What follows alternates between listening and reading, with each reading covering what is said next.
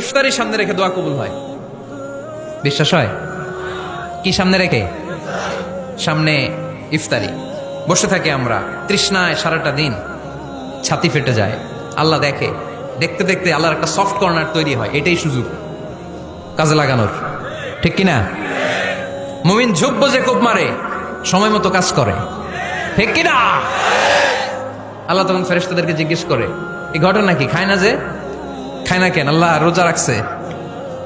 এগুলো কি? রোয়াবজা, পেঁয়াজ, আলুর চপ, বেগুনি, মুরগির রান। খায় না। খায় না কেন? ওরা যে ক্ষুধার্ত, আল্লাহ আপনার ভয়ে।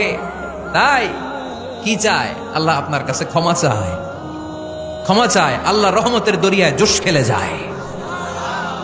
আল্লাহ তখন বলে, আমারে দেখছে নাকি ওরা? ফেরেশতারা বলে, না দেখে নাই। আমার জান্নাত জাহান্নাম দেখেছে?